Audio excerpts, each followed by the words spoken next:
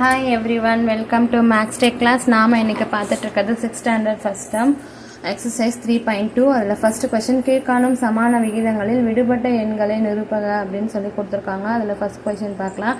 3:5 = 9 dash ன்னு சொல்லி கொடுத்திருக்காங்க. 3:5 அப்ப ஃபர்ஸ்ட்க்கும் தான் கம்பேர் பண்ணோம். 3 9 கம்பேர் பண்ணா 3 வந்து எப்போ 9 மாறும் அப்படின்னா 3 டேபிள்ல மல்டிபிள் பண்ணும்போது, ஏன்னா 3 3s are 9. அப்ப ஒரு டேபிள் எந்த டேபிளால மல்டிபிள் பண்ணிருக்காங்க நம்ம ஐடென்டிஃபை பண்ணிட்டோம் ஃபர்ஸ்ட் அப்படின்னா ஈஸியா செகண்ட் வந்து போட்டுடலாம். இப்போ 5 3s are என்ன வரும் 15. ஓகே, நெக்ஸ்ட் செகண்ட் கொஸ்டின் 4:5 = -10 அப்படின்னு சொல்லி கொடுத்துருக்காங்க. இப்போ இது நம்ம என்ன பண்ணோம், செகண்ட் டு செகண்ட் கம்பேர் பண்ணி பாருங்க. 5 2s are 10, அப்போ 2 டேபிள். இப்போ நம்ம 4 2s are 8, ஆன்சர் 8. தேர்டு 6:1 = 1:2. இந்த இடத்துல வந்து பார்த்தீங்கன்னா ஃபர்ஸ்ட் தான் கம்பேர் பண்ணோம். 1 6, அப்போ 1 6 are 6 என்ன டேபிள் 6 டேபிள்னு கண்டுபிடிச்சிட்டோம். அப்போ 2 6 are 12, அப்போ ஆன்சர் 12. செகண்ட் கொஸ்டின் அட்டவணையை நிறைவு செய்க. அதில் அடி கொடுத்துருக்காங்க, அங்குலம் கொடுத்துருக்காங்க. இதுவும் டேபிளில் தான் இருக்குது. அது எந்த டேபிளில் இருக்குன்னு நம்ம ஐடென்டிஃபை பண்ணால் போதும். 112 இருக்குது, 224 இருக்குது, 3 கூட என்ன வரும். அப்போ இது என்ன டேபிள் 12 டேபிள்னு ஈஸி ஐடென்டிஃபை ஆயிடுச்சு. 1 12s are 12, 2 12s are 24, அப்போ 3 12s are என்ன வரும் 36. 12 டேபிளில் 72 எப்போ வரும் அப்படின்னா 6 12s are 72. 12 டேபிள் தெரிஞ்சால் இது ஈஸி. நெக்ஸ்ட் கொஸ்டின் நாட்களில் கொடுத்துருக்காங்க பாருங்க. இங்கே மேலே 28, கீழே வாரங்கள் வந்து 4 வாரங்கள் 28 நாட்கள், 3 வாரங்கள் 21 நாட்கள் அப்படின்னு சொல்லி கொடுத்துருக்காங்க. அப்போ இது ஏதோ ஒரு டேபிளில் இருக்குன்னு நம்ம ஐடென்டிஃபை பண்ணியாச்சு. என்ன டேபிள் பார்க்கலாமா? 4 7s are 28, 3 7s are 21. அப்போ நம்ம இங்கே என்ன வரணும், 2 7s are 14. இப்போ 7 டேபிளில் 63 எப்போ வரும்னா 9 7s are 63. அவ்வளோதான். நெக்ஸ்ட் தேர்ட் ரோமன் சரியா தவறா என கூறுக. ஃபர்ஸ்ட் கொஸ்டின் 5:7 என்பது 21:15க்கு சமான விகிதம் ஆகும் அப்படின்னு சொல்லி கேட்குறாங்க. சமான விகிதம்னா ஒரே டேபிளில் ரெண்டுமே வரணும் அப்படிங்கிறது தான். இப்போ இங்கே பாருங்க 5 5 7 21 இது ரெண்டும் வந்திருக்கு. ஆனால் ரேஷியோட விகிதம் மாறி இருக்காது, அதனால இது வந்து தவறு. நெக்ஸ்ட் செகண்ட் கொஸ்டின் 40ஐ 3:2 என்ற விகிதத்தில் பிரித்தால் கிடைக்கும் மிகப்பெரிய பகுதி. இந்த 40 வந்து 3:2 ரேஷியோவில் பிரித்தா வந்து மிகப்பெரிய பகுதி 24 ஆகும் அப்படின்னு சொல்லியிருக்காங்க. அது வந்து பார்த்தீங்கன்னா சரி. ஃபோர்த் கொஸ்டின் கீழ்காணும் விகிதங்களுக்கு 2 சமான விகிதங்களை எழுதுக. 2 சமான விகிதம்னா சேம் டேபிளால மல்டிபிள் பண்ணுறது தான் சமான விகிதம் அப்படின்னு சொல்லியாச்சு. அதில் ஃபர்ஸ்ட் கொஸ்டின் கொடுத்துருக்காங்க பாருங்க 3:2. இதுக்கு நம்ம 2 சமான விகிதம் கண்டுபிடிக்க போகிறோம். பாருங்க 3:2 = 2 சமான விகிதம்னால ஃபர்ஸ்ட் 2 டேபிளில் மல்டிபிள் பண்ணுறோம். 3 2s are 6, 2 2s are 4. Next வந்து 3 டேபிளில் மல்டிபிள் பண்ணுறோம். 3 3s are 9, 2 3s are 6. அப்போ 2 ரேஷியோ என்னன்னா 6:4, 9:6 அப்படிங்கிறது. இதே தான் சேம் கான்செப்ட் 1:6க்கும் 1/6 இன்ட்டு 2 டேபிளில் மல்டிபிள் பண்ணுறோம் மேலேயும் கீழேயும். So 1 6 6, 1 2s are 2, 6 2s are 12. Next 3 டேபிளில் மல்டிபிள் பண்ணலாம். Same 1 3s are 3, 6 3s are 18. அப்போ 2 ரேஷியோ என்ன அப்படின்னா 2:12, 3:18. இதே சேம் தான் தேர்ட் கொஸ்டினுக்கும் 5:4 = 5/4. இதை வந்து 2 டேபிளில் மல்டிபிள் பண்ணுறோம். 5 2s are 10, 4 2s are 8. இது ஃபர்ஸ்ட் ரேஷியோ. செகண்ட் ரேஷியோ 5/4 வந்து 5 3s are 15, 4 3s are 12. அப்போ 2 ரேஷியோ என்னது 10:8 1, 15:12 2. ஓகேங்களா. நெக்ஸ்ட் ஃபிஃப்த் கொஸ்டின் கீழ்காணும் விகிதங்களில் எது பெரிய விகிதம் அப்படின்னு சொல்லி கேட்குறாங்க. 2 ரேஷியோ கொடுத்துருக்காங்க, அதில் எது பெருசு அப்படின்னு சொல்லி கேட்குறாங்க. நம்ம என்ன பண்ணணும்னா 4:5 வந்து ஃபர்ஸ்ட் ஃப்ராக்ஷனில் 4/5 அப்படின்னு எழுதிடுறோம். பின்னமா 8:15 8/15 அப்படின்றது எழுதிடுறோம். இப்போ ரெண்டுத்தையும் நம்ம என்ன பண்ணணும்னா சேம் டினாமினேட்டர் ஆன்சர் வந்தால் தான் நம்மளால எது பெருசு அப்படின்னு சொல்லி கண்டுபிடிக்க முடியும். அதனால நான் என்ன பண்ணுறேன்னா இதோட கீழே இருக்கு இல்லையா பகுதியை வந்து நம்ம என்ன பண்ணுறோம், இதை கூட மல்டிபிள் பண்ணுறோம். ஃபர்ஸ்ட்டு நான் 4 × 15 அப்படின்னு சொல்லி மல்டிபிள் பண்ணுறோம். 4 15s are 60, 5 15s are 75. மேலே என்ன மல்டிபிள் பண்ணுறோமோ சேம் கீழே மல்டிபிள் பண்ணுறது பேர் தான் சமான விகிதம். ஓகேங்களா. அடுத்து இந்த இடத்துல என்ன இருக்குது, பகுதியில் 5 இருக்குது. அப்போ நம்ம மேலேயும் கீழே 5ஆல் மல்டிபிள் பண்ணுறோம். 8 5 40, 15 5 75. அவ்வளோதான். இதோட இதில் ரெண்டுத்தையும் கம்பேர் பண்ணி பார்க்கணும். ஏன்னா இங்கே எது பெரிய விகிதம் அப்படின்னு சொல்லி கேட்டிருக்காங்க இல்லையா. ரெண்டுத்தையும் கம்பேர் பண்ணால் இதை மறுபடியும் என்ன பண்ணுறோம், இதோட வேல்யூவில் எது பெருசு 60 தான் பெருசு. எனக்கு இது 2 சேமாக இருக்குது. இது மேலே மட்டும்தான் நம்ம செக் பண்ண போகிறோம். எது பெருசு 60:75. அப்போ இது எந்தோட ரேஷியோட ஆன்சர் 4/5. அப்போ 4/5 தான் இதில் வந்து பெரிய விகிதம் அப்படின்னு சொல்லி இதே மாதிரி தான் அடுத்தடுத்த சம்முக்கு நம்ம கண்டுபிடிக்க போகிறோம். நெக்ஸ்ட் செகண்ட் சம் பார்க்கலாம். 3:4 = 3/4.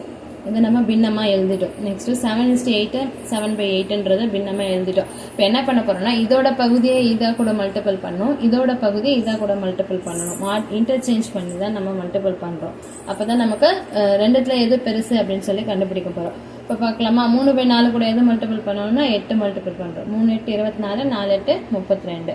அதுக்கு அடுத்து வந்து பார்த்தீங்கன்னா அதே மாதிரி 7:8 எது மல்டிபிள் பண்ணோம், 4ஆல் மல்டிபிள் பண்ணுறோம். 7 நாங்க 28, 8 நாங்க 32. ரெண்டுத்துக்கும் வந்து பேஸ் சமமாக இருக்கிறதுனால இது ரெண்டுத்துல எது பெருசு அப்படின்னு சொல்லி கண்டுபிடிக்கணும். இப்போ இது ரெண்டுத்துல 24 பெருசா 28 பெருசா, 28 தான் பெருசு. ஸோ எந்த ரேஷியோ பெருசு, 7/8 தான் பெருசு. இப்போ 7:8 அப்படிங்கிறது. இதே மாதிரி தேர்ட் கொஸ்டின் 1:2 அல்லது 2:1 கொடுத்துருக்காங்க. அந்த 1:2 நம்ம 1/2 எழுதுவோம், 2:1 2/1 எழுதுவோம். இப்போ இதில் எதுன்றது வந்து பார்த்தீங்கன்னா கீழே டினாமினேட்டர் சமமாக இருக்கணும் இல்லையா, அதை வச்சு தான் நம்ம கண்டுபிடிக்கணும். அப்போ ஆன்சர் வந்து பார்த்தீங்கன்னா 2/1 அப்படிங்கிறது. 2/1 அப்படின்னா 2 எப்படி நமக்கு நல்லாவே தெரியும். 1/2 பெருசா 2 பெருசானா 2 தான் பெருசு இல்லையா. ஸோ 2:1 தான் வந்து கரெக்டாக பெரியது. 6th கொஸ்டின், கீழ்காணும் எண்களை தேவையான விகிதத்தில் பிரிக்கவும். கீழே வந்து 3 கொஸ்டின் கொடுத்துருக்காங்க, ஒவ்வொன்றத்தையும் நம்ம தனித்தனியாக பார்க்கலாம். ஃபர்ஸ்ட் கொஸ்டின் 3:2 விகிதத்தில் 20ஐ பிரிக்கவும் அப்படின்னு சொல்லி கொடுத்துருக்காங்க. விகிதம் வந்து 3:2ன்னு கொடுத்துருக்காங்க. விகிதங்களோட கூடுதல் 3 + 2 = 5. 5ஓட பங்கு என்ன, மொத்தம் 20. ஏன்னா இது ரெண்டுத்தோட கூடுதல் வந்து 20 இல்லையா, அந்த 20 தான் பிரிக்க போகிறோம். ஒரு பங்கு வந்து 20/5 = 4. 3 பங்கு 3 × 4 12. 2 பங்குனா 8. ஏன்னா ஒரு பங்கோட வேல்யூ தெரிஞ்சாதான் 3 பங்கு என்ன 2 பங்கு என்னன்னு கண்டுபிடிக்க முடியும். அப்போ 20 எத்தனை விதமாக பிரிக்கலாம் அப்படின்னா 12,8ன்ற முறையில் பிரிக்கலாம். இதுதான் செகண்ட் கொஸ்டினுக்கும்.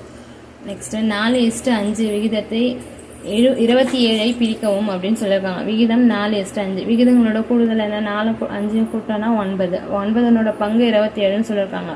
ஒரு பங்கு எவ்வளோ, 27 9ஆல் வகுத்தா 3. இப்போ நம்ம விகிதம் என்ன கொடுத்துருக்காங்க, 4:5. அப்போ அந்த 3 4ஆல் பெருக்கணும், 4 12. 5இன் பங்கு 5 5. இப்போ 27 எப்படி பிரிக்கலாம், 12,15 என்ற முறைகளில் பிரிக்கலாம்.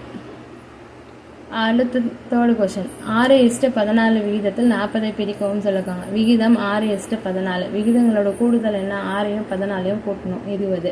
20னோட பங்கு என்ன சொல்லியிருக்காங்க, 40ன்னு சொல்லியிருக்காங்க. ஒரு பங்கு நம்ம கண்டுபிடிச்சா மீதி அந்த விகிதத்தில் இருக்க பங்கு கண்டுபிடிக்கலாம். ஒரு பங்கு கண்டுபிடிக்கிறதுக்கு என்ன பண்ணணும், 40/20. 40 20ஆல் கேன்சல் பண்ணோம்னா என்ன வரும், 2. இப்போ நமக்கு 6 பங்கு கண்டுபிடிக்கணும். 6 2 12. 14 பங்குனா 14 2 28. அப்போ நம்ம இதை எப்படி பிரிக்கலாம், 40ஐ 12,28 என்ற முறைகளில் பிரிக்கலாம். அவரோட குடும்ப மாத செலவுகளில் மளிகைக்கும் காய்கறிகளுக்கும் ஆகும் செலவுகளின் விகிதம் 3:2.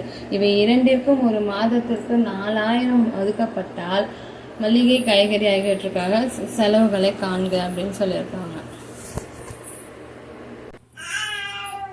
ஓகே, கொடுத்துருக்கிற இன்ஃபர்மேஷனை எடுத்து எழுதுனா போதும். ஃபஸ்ட்டு என்ன கொடுத்துருக்காங்க அப்படின்னா ஒதுக்கப்பட்ட தொகை 4000 ரூபாய், விகிதம் வந்து 3:2. விகிதங்களோட கூடுதல் ஏன்னா 3:2 ஆட் பண்ண 5. 5 பங்கு 4000 அப்படின்னா ஒரு பங்கு எவ்வளோன்னா அது 5ஆல் டிவைட் பண்ண தெரிஞ்சிடும். ஒரு பங்கு 800 ரூபாய். இப்போ மளிகை காய்கறியோட விகிதம் வந்து 3:2ன்னு கொடுத்துருக்காங்க.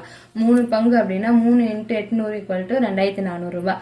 2 பங்குனா 2 × 800 = 1600 ரூபாய். அப்போ மளிகைக்கான செலவு வந்து பார்த்தீங்கன்னா ரூபாய் 2400. காய்கறிக்கான செலவு வந்து பார்த்தீங்கன்னா ரூபாய் 1600.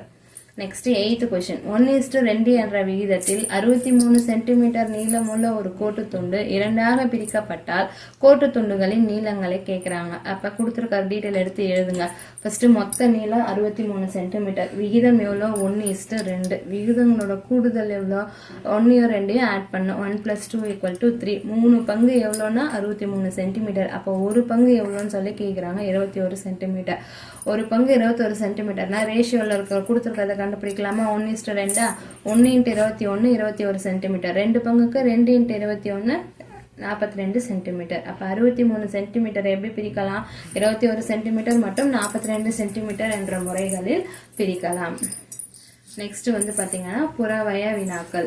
9th கொஸ்டின் 2:3 மற்றும் 4:- ஆகியவை சமான விகிதங்கள் எனில் விடுபட்ட உறுப்பு என்ன அப்படின்னு சொல்லி பார்த்தீங்கன்னா சமான விகிதம்னா சேம் டேபிளால் மல்டிபிள் பண்ணும். அப்போ ஆன்சர் வந்து பார்த்தீங்கன்னா 6. 10th question 4:7 இன் சமான விகிதமானது அப்படின்னு சொல்லி கேட்குறாங்க. சமான விகிதம் அப்படின்னா 4 3s are 12, 7 3s are 21. 11th question 16/24க்கு எது சமான விகிதம் அல்ல அப்படின்னு சொல்லி கேட்குறாங்க. கீழே கொடுத்துருக்கிறதுல எது சமான விகிதம் அல்ல அப்படின்னா 20/28. நெக்ஸ்ட் 12th question பாருங்க. 1600 A மற்றும் B என்ற இரு நபர்களுக்கு 3:5 என்ற விகிதத்தில் பிரித்து கொடுத்தால் Bக்கு கிடைக்கும் தொகை என்ன அப்படின்னு சொல்லி கேட்குறாங்க. A ஒரு B என்ன பண்றாங்க, பிரிக்கிறாங்களா 3:5 என்ற விகிதத்தில். அப்ப ஆன்சர் என்ன வரும் அப்படின்னா 1000 ரூபாய். Okay, thank you.